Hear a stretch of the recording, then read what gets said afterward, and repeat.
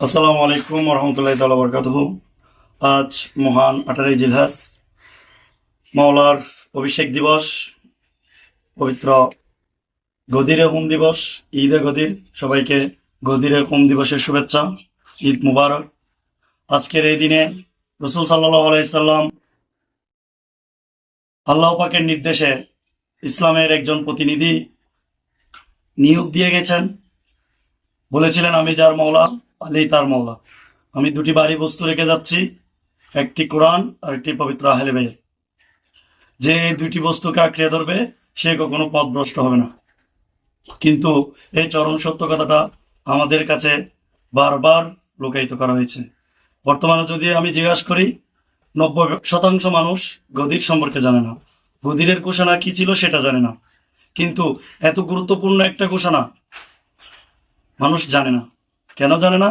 সেটা রসুল সাল্লাল্লাহু আলাইহি ইসলামের দুনিয়া থেকে পর্দা করার পরেই এই ষড়যন্ত্র শুরু হয়েছে। আমি একটু বলি, এই সময় এসে আমাদেরকে গদির কি, গদিরে হুম দিবস কি, গদিরে হুমের ঘোষণা কি, এগুলো বলতে হচ্ছে। ওই ঘোষণাটা যদি রসুল সাল্লাল্লাহু আলাইহি সাল্লাম 2-4 জন সাহাবীর সামনে বলতো, তাহলে এই হাদিসটা কখনো বলাই যেত না, মিথ্যায় পরিণত হয়ে যেত। কিন্তু এই ঘটনাটা 1,24,000 1,36,000 সাহাবার সামনে সমাবেশের মাধ্যমে ঘোষণা দেওয়ার পরেও এই গদির হুকুম নিয়ে আমরা কোনো আলোচনা করতে পারতেছি না। আমাদেরকে শিয়া ট্যাগ দেওয়া হচ্ছে, এটা সম্পূর্ণ আহলে বাইতের সাথে মুনাফিকি। এই কালচার কিভাবে শুরু হলো আজকে আমি একটু বলতে চাচ্ছি। রসুল সাল্লাল্লাহু আলাইহি ওয়াসাল্লাম পর্দা করার পর প্রথম ভেজালটা শুরু হয় খেলাফত নির্বাচন নিয়ে, খলিফা নির্বাচন নিয়ে। এখনো আমি মনে করি ম্যাক্সিমাম মুসলমান জানে না প্রথম খলিফা, দ্বিতীয় খলিফা, তৃতীয় খলিফা, চতুর্থ খলিফা কিভাবে নির্বাচিত হয়েছে। এই সত্যগুলো আমাদেরকে বলা হয় না।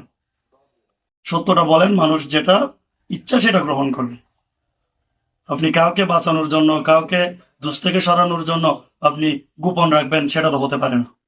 আপনাকে সত্য বলতে হবে। ইসলামের খলিফা নির্বাচন কিভাবে হয়েছে সেটাই মানুষ জানে না। প্রথম খলিফা হযরত আবু বকর সিদ্দিক রাদিয়াল্লাহু তাআলা আনহু, হযরত উমর ফারুক রাদিয়াল্লাহু তাআলা আনহু, হযরত উসমান রাদিয়াল্লাহু তাআলা আনহু, মাওলা আলী শের রাদিয়াল্লাহু। সাইর খলিফা কিভাবে নির্বাচিত হয়েছে সেই ইতিহাসটুকু আমরা জানি না, ম্যাক্সিমাম মানুষ জানে না। মাদ্রাসার ছেলেদেরকে জিজ্ঞেস করছে আমি অনেক, তারাও জানে না। স্কুল কলেজের গুলো বাতিল দিলাম। রসুল সাল্লাল্লাহু আলাইহি ওয়াসাল্লামের পর্দা নেওয়ার পর থেকেই আহলে বাইতের সাথে দুশ্মনী শুরু।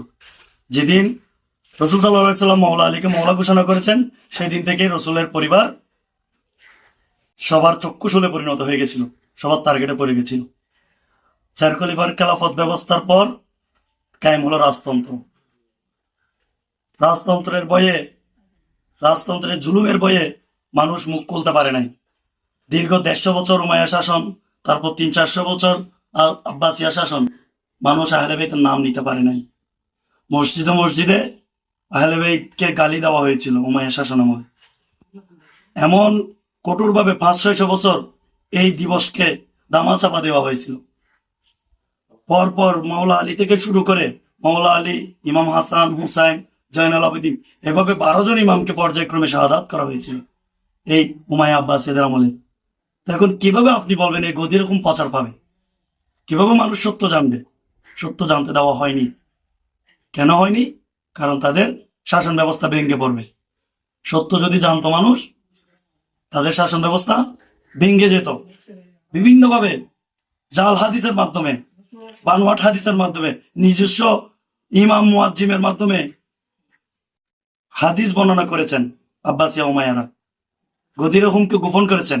আরেকটা মজার বিষয়, গদির হুম 18 জিলহজ নাকি উসমান রাদিয়াল্লাহু তাআলা আনহুর শাহাদাত দিবস। শিয়ারা নাকি শাহাদাত দিবস ডাকার জন্য গদির হুম পালন করতেছে। কি আশ্চর্য বিষয়! গদির হুম উসমান রাদিয়াল্লাহু তাআলা আনহুর শাহাদাতের অন্তত 30 বছর আগে, 25-26 বছরের আগের ঘটনা। কেন এই দিবস ডাকার জন্য এই দিবস করতে হবে? যে গদির হুকুম রাসূল সাল্লাল্লাহু আলাইহি ওয়াসাল্লাম স্বয়ং করেছেন।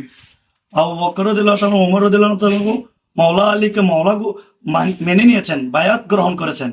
সেখানে আবার উসমানের শাহাদাতকে ডাকার কি দরকার? আর উসমান রাদিয়াল্লাহু তাআলা আনহুর শাহাদাত দিবস হচ্ছে 12 জিলহজ, হজের পরপর ঘটনা। যাই হোক, কথা বাড়াচ্ছি না, যাচ্ছি না ওইদিকে। বিভিন্নভাবে আহলে বাইতকে ছোট করা হয়েছে, আহলে বাইতের শানকে বন্দি করা হয়েছে, বদ্ধ করা হয়েছে, যাতে প্রচার না পায়, সত্য না জানুক। এখনো চলমান সেটা, এখনো চলমান। তবে সেই দিন নেই। মানুষ এখন সোশ্যাল মিডিয়ার যুগ, মানুষ এখন সব জানতেছে, মানুষ নিজে নিজে গবেষণা করতেছে। কোনো আকাবের, কোনো পীর, কোনো হুজুরের বক্তব্যের উপর মানুষ নির্ভরশীল না। আজ মহান ঈদে গদিরের শুভেচ্ছা সবাইকে। আসসালামু আলাইকুম রহমতুল্লাহি তাআলা ওয়া বারাকাতুহু।